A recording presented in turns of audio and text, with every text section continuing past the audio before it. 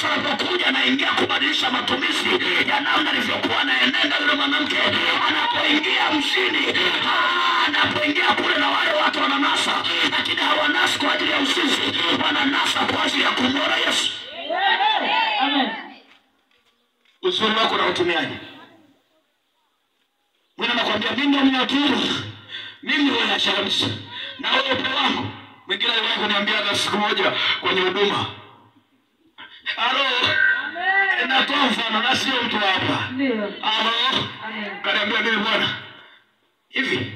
Yaani mimi kabisa nilivyo. Na kuaje na mmoja. Nina wakulala nao nyumbani wa mipango wa kunivalisha wa vocha wa kununulia nguo siwe wa viatu wa kununulia Carolite. Nikasema kumechangamka. Alo? Amen. Alo? Amen. Unapangilia kana kwamba umefika hapa ndo nyumbani. Juzi tukawa tumekaa na baba. Juzi tu. Tukawa tunasema hivi, unajua mahali tunapoelekea kwa kizazi cha sasa hivi, tunakoelekea vijana wa kiume hawataoa. Halo? Halo?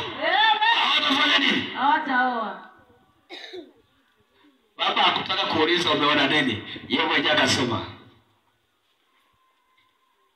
bad generation. Alo.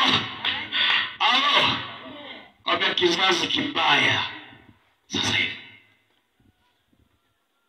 Lakini ukiruhusu Yesu aingie kwenye maisha ya kwako, kuna baadaye nzuri kwenye maisha ya kwako.